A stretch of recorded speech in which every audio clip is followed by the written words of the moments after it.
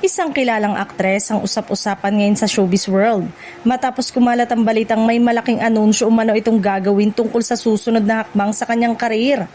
Ayon sa ilang source na malapit sa kampo ng aktres, matagal na raw itong pinag-iisipan at pinagpaplanuhan bago tuluyang ihayag sa publiko.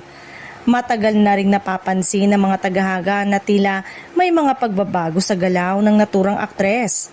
Bihira na umano itong makita sa mga proyekto ng kanyang kasalukuyang network at mas pinipili nitong maging tahimik sa social media pagdating sa kanyang mga susunod na plano sa showbiz.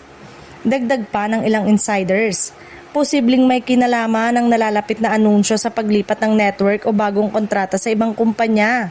Hindi raw malayong may malaking proyekto na naghihintay sa kanya. Kaya naman marami ang nag-aabang kung ano talagang magiging direksyon ng kanyang karir. May ilan ding nagsasabi na maaaring hindi lamang simpleng paglipat ng network ang kanyang ibubunyag. Ayon sa bulong-bulungan, posible ring may kinalaman ito sa international project, streaming platform deal o panibagong management na hahawak sa kanyang karir. Dahil dito, lalo pang naging mausisa ang mga netizen at showbiz fans kung sino ang tinutukoy sa blind item.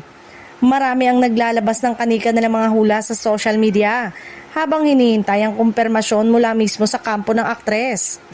Sa ngayon ay nananatiling palaisipan kung sino nga ba ang tinutukoy sa nasabing blind item.